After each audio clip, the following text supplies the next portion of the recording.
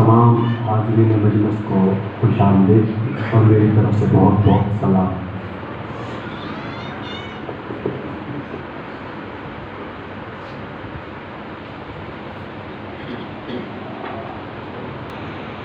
ابھی محفل ختم خواجگان ہونے کا وقت ہوا چاہتا ہے۔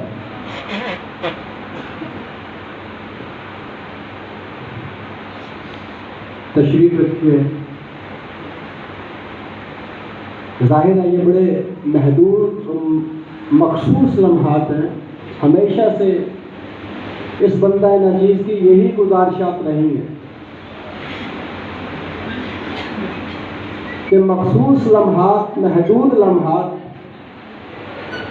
ان سے استفادہ کیا کریں۔ جیسا کہ کمرہ امتحان میں صرف 3 گھنٹے ہوتے ہیں، اب منحصر ہے آپ پر، توجہ اپنے پیپر پر رکھیں یا ادھر ادھر دیکھ کے وقت گزار دیں، جس سے رزلٹ آئے گا پتہ چل جائے گا۔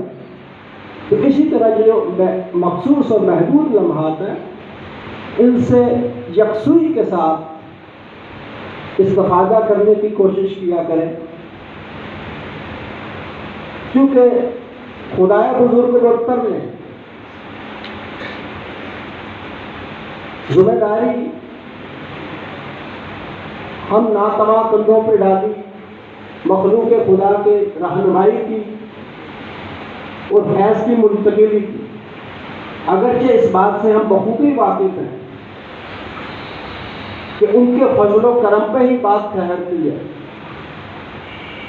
ورنہ ہم تو صرف بینیفیشری ہیں۔ بنا تمہید میں آج کے عظیم موضوع کی طرف بڑھتا ہوں۔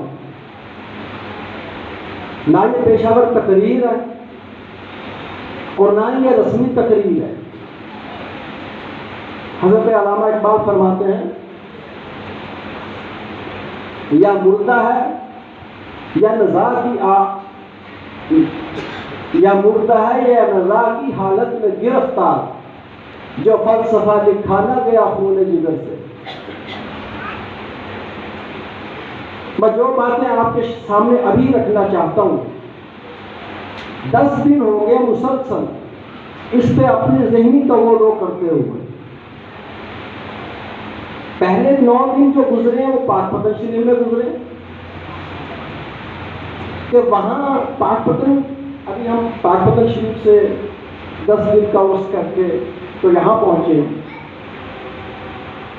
سوچنے سمجھنے پہ مجبور کر دیا۔ خداوند تعالیٰ کا یہ فرمان ہے کتاب عالی شان میں، اور کیا تم غور نہیں کرتے؟ اپنے اندر اور باہر غور نہیں کرتے؟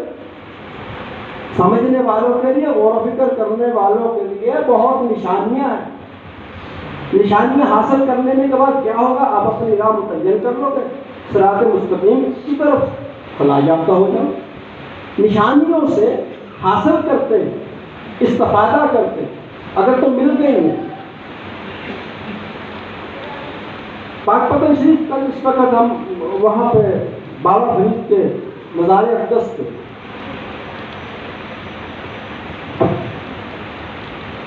ہر ایک بندے کا دنیا کو دیکھنے کا اپنا رنگ ڈھنگ ہے، اپنا زاویہ نگاہ ہے۔ مولانا روم نے جس نظر سے دیکھا آپ کو بتا دیا کہ میں اس نظر سے دیکھتا ہوں، دنیا نے ان کے افکار کے پیچھے چل پڑی۔ امام غزالی نے دنیا کو اپنی نظر سے دیکھا، دنیا تک پہنچائے اپنے افکار، دنیا پیچھے لگی، اہل علم کے لیے بہت ساری راہیں نکلی۔ علامہ اقبال نے اپنی نظر سے دیکھا، دنیا کو بتایا کہ میں اس طرح سے دیکھتا ہوں، دنیا پیچھے لگی، رہنمائی کی۔ ہر عظیم آدمی نے دنیا کو اپنی نظر سے دیکھا، واقعات کو اپنی نگاہ سے دیکھا، اپنے زاویہ نگاہ سے دیکھا۔ بڑے پیر صاحب نے بڑے سہل طریقے سے دقیق موضوعات کو آسانی سے بیان کر دیا، لیکن چونکہ یہ فطرت ہے کہ جب تک وہ بات ہٹ کے نہ کی جائے روٹین سے، ان کی سمجھ میں آتی نہیں۔ تو ہر ایک کا اپنا انداز ہے. تو میں اس واقعہ کو اپنے انداز سے دیکھا، سوچا اور جو سمجھ پایا. ہو سکتا ہے کہ میری ناقص، اور یقیناً یہ میری ناقص علمی ہے، اس کے بعد ہو سکتا ہے بہتر طریقے سے اللہ پاک نے رہنمائی فرمائے. اس وقت تک جو میں نے سوچا سمجھا، جو نتیجہ نکالا وہ یہ، پاک پتن کی گلیوں میں کوئی ذکر نہیں ہو رہا، صرف ایک ہی ذکر ہو رہا ہے، اللہ محمد چار یار حاجی خواجہ فتح فرید حق فرید یا فرید حق فرید یا. ہر طرف سے یہی صدائیں بلند ہو رہی ہے، گلیوں میں، بازاروں میں، ہر جگہ پہ یہی قوالی ہے، پاک پتن تیان کھلوتی بیڑی میری بندے کا. لاکھوں کا مجمع ایک ہی آواز. ایسی کون سی بات ہے؟ بڑے بزرگ ہوئے ہیں لیکن بائی نئے بزرگوں کو یاد نہیں کیا جاتا. بڑے بزرگ ہوئے. بابا صاحب کا قصہ آخر کیا، اس سوچ کے ساتھ کل ہم 9 محرم کو وہاں سے چلے یہاں پہنچ گئے.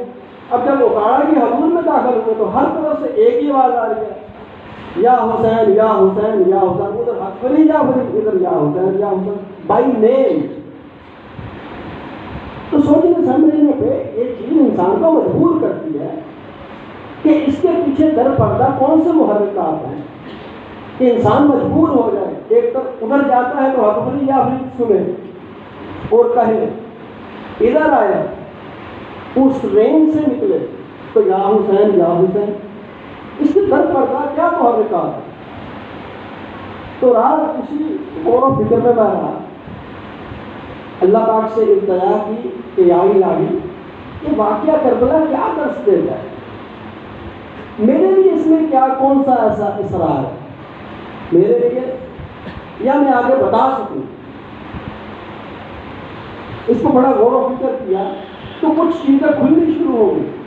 حضرت علامہ اقبال فرماتے ہیں جب آپ اپنے نفسانی شعور کو ایک طرف ہٹا دیتے ہیں، ہوش و خرد شکار کر قلب و نظر شکار کر، اور اپنے قلب و نظر اللہ پاک کی بارگاہ میں ڈال دیتے ہیں کہ میری رہنمائی فرما، تو پھر اس کی رہنمائی ہوتی ہے بقول کتاب عظیم کہ ہم ان پہ الہام کرتے ہیں. اسی طرح شیطان بھی الہام کرتا ہے ہر برے شخص پہ، اسی طرح رحمان بھی الہام کرتا ہے. تو جو چیز میں سمجھ پایا جس نے رہنمائی کی وہ یہ چند سوال تھے. آپ کے آباء و اجداد میں حضرت امام حسین کے آباء و اجداد میں حضرت اسماعیل علیہ السلام، آپ پیاسے ہیں، کیڑیاں رگڑ رہے ہیں، بی بی ہاجرہ واپس آتی ہیں تو کیا دیکھتی ہیں؟ چشمہ، پانی کا چشمہ پور تپتے ہوئے صحرا میں بے آب و بیدان پانی پور. اچھا، پھر امام حسین کا واقعہ کچھ کہنے کی ضرورت نہیں، اب سب کو پانی بند ہو گیا. اس کے بعد یعنی اوپر کی طرف پانی نکل آیا، پھر نیچے کی طرف آپ کی اولاد میں سے آئے حسنی حسینی سید نائب رسول حضرت خواجہ معین الدین چشتی اجمیری. آپ پر پانی بند ہو گیا، راجا نے پانی بند کر دیا تو آپ نے اپنا کاسا رکھا، انا ساگر کا سارا پانی جو تھا تالاب کا وہ آپ کے کاسے میں آ گیا، تالاب خشک ہو گیا. بادشاہ نے آ کے معافی مانگی، آپ سے اسلام قبول کیا تو دوبارہ پھر آپ نے معاف کر دیا تو پانی پھر اپنی جگہ پہ چلا گیا. تو جب اوپر بھی ایسا ہے نیچے بھی ایسا ہے تو یہ درمیانی وقفہ ایسا کیوں ہے؟ کیا اس وقت پانی نہیں آ سکتا تھا؟ بات صرف اتنی ہے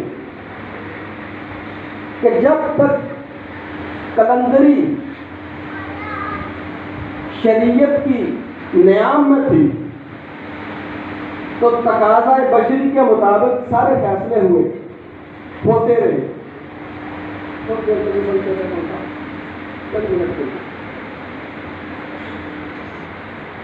ایک یہ فارمولہ ذہن میں رہے، پہلے خلافت راشدہ میں فقیری، قلندری، درویشی، حکومت ایک جگہ پہ تھی. کب تک؟ حضرت امام حسن تک. قلندری، فقیری، درویشی، شہنشاہت، بادشاہی، سلطنت ایک جگہ پہ ہوتی. حضرت امام حسین پہلے قلندر، پہلے وہ قلندر ہوئے کہ جنہوں نے بالکل کمپرومائز نہیں کیا، کسی مصلحت کا شکار نہیں ہوئے. حضرت امام حسن پر صادقیت غالب تھی، لہٰذا جو بہتر فیصلہ ہوا وہ یہی کہ اعتدال رکھا جائے، سلطنت چھوڑ دی. جبکہ حضرت امام حسین آپ پہلے قلندرانہ فیصلہ کیا. ہزار خوف ہو لیکن زباں ہو دل کی رفیق، یہی رہا ہے ازل سے قلندروں کا طریق. حضرت امام حسین اور باقی کے جو 72 افراد، ایک ہی واقعہ، ایک ہی درس ملتا ہے، اور وہ یہ درس وفا. جیسے مرضی حالات ہو اپنی کاج کے ساتھ لگے رہنا. بظاہر حالات نظر آ رہے ہیں کہ کل یقینی موت ہے، اس دن ہزاروں کا لشکر ہے، 70 افراد 72 افراد ہیں اپنے اہل و عیال کے ساتھ، کیا مقابلہ ہے؟ اس کے باوجود ہزار خوف ہو لیکن زبان ہو دل کی رہی. بڑا مشکل ہوتا ہے، بلکہ ناممکن. یہاں پہ غالب کا یہ شعر رہنمائی کرتا ہے کہ جان دی ہوئی اسی کی تھی، حق تو یہ ہے کہ حق ادا نہ ہو. جان تو جانی ہے کہ آج نہیں تو کل چلی جائے گی، لیکن کسی کاج کے پیچھے جائے گی تو دنیا یاد رکھے. خیر، آپ کی شہادت ہوگی. یہاں سے حکومت، شریعت، یعنی وہ شریعت جو حکومت قائم کرنا چاہتی تھی وہ الگ ہو گئی، طریقت قلندری الگ ہوتی گئی. اور یہ بات یہاں پہ یاد رکھنا، جب قلندریت کے اوپر سے شریعت کے تقاضے ختم ہو جائیں تو تیز دھار تلوار بن جاتی ہے. پھر کمپرومائز کوئی نہیں چلتا، تقاضے بالکل نہیں دیکھے جاتے، صرف فیصلہ سنایا جاتا ہے اور قلندر اپنا فیصلہ سناتا ہے. اس کی بے شمار مثالیں ہیں. اب چونکہ حسینیت شریعت سے الگ، حسینیت سلطنت سے الگ ہو گئی، امارت سے الگ ہو گئی. حسینیت الگ ہو گئی، سلطنت الگ ہو گئی، جاہ و حشمت الگ ہو گئی. اس کی مثال حضرت خواجہ حسن بصری کا گمنامی میں چلے جانا. اسی طرح صوفیہ وہ ہوئے جو حسینیت کے علم بردار تھے، اور جو بادشاہان مملکت جو صحیح راستے پہ نہیں چلے وہ یزیدیت کا علم بردار ہوئے، وہ نمائندہ ہوئے یزیدیت. یہاں پہ سوال اٹھتا ہے کہ کوئی ایک آدمی مثال دیں، جس کی مثال میں نے خواجہ مولوی دی جس کے میری کی پانی بند ہوا، پانی ادھر سے ہی ختم ہو گیا، سارا کاسے میں آ گیا. یہ حسینیت کا یہ روپ بھی تھا جو وہاں پہ انہوں نے نہیں دکھایا. تو یہاں پہ میں بتا دوں ہمارے لیے حسینیت اور وفا صرف اور صرف اہل طریقت کے ساتھ جڑے رہنا، کیونکہ حسینیت کی فارم تبدیل ہو گئی، اس کی شکل تبدیل ہو گئی. وہ کیسے؟ حضرت منصور حلاج، آپ نے ایک نعرہ بلند کیا، بادشاہان مملکت نے کیا کیا؟ سولی پہ چڑھا دیا. اور جب سولی پہ چڑھا دیا تو ادھر سے چنگیز خان روانہ ہو چکا تھا. اس کے بعد اسی بغداد کی اسی بادشاہ کی اینٹ سے اینٹ بجی، اس کو قالین کے اندر لپیٹ کے مروایا گیا کہ تو چونکہ بادشاہ ہے لہذا بادشاہوں کے طریقے سے تجھے مارنا ہے. بے قیمت قالین میں لپیٹا، پھر اسے مارا گیا. یہاں پہ چونکہ منصور کا واقعہ ضمن آ گیا حضرت منصور کا نام تھا حسین بن منصور حلاج، باپ کا نام تھا منصور، تو باپ کے نام سے جانے جاتے ابن منصور۔ ایک دفعہ اپنے باپ سے پوچھ رہے ہیں، ابا جی آپ آتش پرست قبیلے سے تعلق رکھتے تھے، دادا آتش پرست تھے، باپ نے اسلام قبول کیا منصور نے، آگے بیٹے کا نام رکھا حسین۔ یہاں پہ میں عرض کرنے لگا ہوں کہ وہ حقائق ہیں تصوف کے، فقیری درویشی کے اسرار ہیں جو عام زبان پہ بھی نہیں ہے اور عام لوگوں کو علم بھی نہیں ہے۔ اب چونکہ پیر صاحب یہ اقرار کر چکے ہیں کہ یہ وہ خانقاہ ہے جہاں سے علم و آگہی کے آپ دریا بہائے جائیں، تو جو میری سمجھ میں آیا میں آپ کے سامنے رکھنے کی کوشش کر رہا ہوں۔ اب چونکہ ہمیں سوچنے سمجھنے کا اتنا موقع ہوتا نہیں ہے، تو اس لیے یہ ذمہ داری ڈالی ہوئی ہے چند ایک لوگوں پر، اور وہ ہر وقت اپنے کام میں مصروف ہے۔ اب اس کے جو نتائج ہیں وہ ایک ہی صورت ہوتی ہے کہ جب سب اکٹھے ہو اس کے نتائج سامنے پیش کیے جائیں۔ اب جب اکٹھے ہوئے تو آپ کے سامنے پیش کیے جا رہے ہیں۔ باقی ذریعہ ہے یوٹیوب، فیس بک، اس کو میں اندر سے مناسب نہیں سمجھتا، کیونکہ خاصان کی کل عامہ آگے نہیں مناسب کرنی، تو یہ مناسب نہیں۔ تو شاہ منصور یعنی حلاج اپنے والد صاحب سے پوچھ رہے ہیں، ابا جی میرا یہ جو مسلمانوں والا آپ نے نام رکھا ہے تو یہ نام کیوں رکھا ہے؟ یہ جوانی میں جب تعلیم حاصل کر رہے تھے مکتب میں، یہ بتاؤں ہوں میں یہ باتیں کہ یہ حسینیت کہنا آسان ہے، یہ جو فقر و درویشی ہے نا یہ حسینیت کو ثابت کرتی ہے۔ یعنی کہ بھائی آپ نے میرا یہ نام کیوں رکھا تھا؟ تو کہہ رہے بیٹا حضور نبی پاک کے نواسے تھے حضرت امام حسین، تو میں ان سے بڑا متاثر، تو میں نے اس کے نام پہ تمہارا نام رکھا۔ تو شاہ منصور کہہ رہے ہیں کہ ابا جی پھر کہا کہ وہ کربلا بولنا میں اس طرح وقت کے شیطان کے آگے اٹھ کے کھڑے ہوئے تھے، پھر ان کو شہید کر دیا تھا۔ کہا ابا جی اس طرح تو پھر میری بھی گردن جائے گی، کیونکہ تقاضا اس نام کے رکھنے کا تو یہی ہے میری جان بھی جائے اسی طرح۔ یہ شاہ منصور ابھی ابتدائی ہے مکتب میں، تو یہ باتیں کرتے ہیں، تو پھر ان کی کیفیات بدلتی گئی یہاں تک کہ جب ان کو سولی پہ چڑھایا جا رہا تھا تو انہوں نے کہا کہ ہاں حسین آج اس نام کے رکھنے کا حق ادا کرنے کا وقت آ گیا۔ تاریخ گواہ ہے کہ آپ کا بھی سر تن سے جدا ہوا۔ تو جو اس نام کی عظمت سمجھتے ہیں وہ اس کی تقاضے بھی سمجھتے ہیں۔ تو یہ تو تھی وہ مثالیں۔ اب یہاں پہ ہم کہتے ہیں کہ حسینیت سلطنت سے الگ ہو گئی لیکن اپنی شکل تبدیل کرتی گئی، صوفیہ کی شکل میں چلی گئی۔ بڑے بڑے بادشاہ، بڑے بڑے وقت کے یزید آئے، مقابلے ہوئے، وہ کیسے؟ اکبر نے دین الہی ایجاد کیا، ایسے ہی کیا جیسے کہ یزید کرنے لگ گیا تھا، ریفارم لے کے آ گیا، تبدیلیت پیدا کر دی دین میں، تو اس کے خلاف حضرت امام حسین تھے۔ اسی طرح سے اکبر نے پیدا کرنی شروع کر دی، اس کے خلاف کون وقت کے کون اٹھے؟ حضرت مجدد الافسانی۔ ہر ممکن کوشش کی اکبر نے لیکن آپ نہیں جھکے، یہاں تک کہ اکبر کو جھکنا پڑا۔ اس کے بعد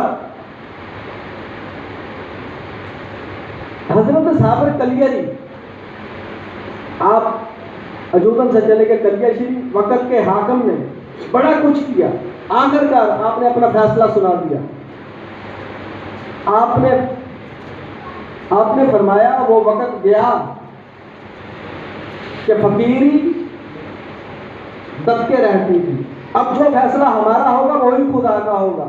ساری دنیا قصہ کیوں ہوا؟ اب یہ دیکھیے وقت کا یزید اور پوشیدہ حسین، ظاہر یزید پوشیدہ حسین، آپ بھی حسنی حسینی سید ہیں۔ کون؟ حضرت صاحب علی احمد کلیری۔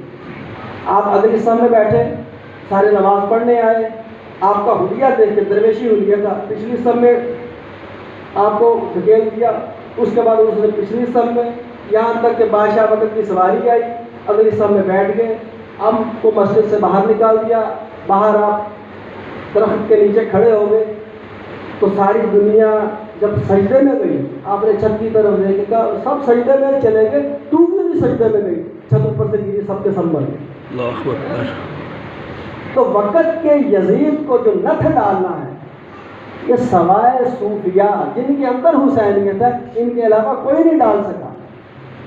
وقت کے حاکم نے تکلیف دی حضرت نظام الدین محبوب الہی کو، آدھی رات کو اس کا پیشاب بند ہو گیا۔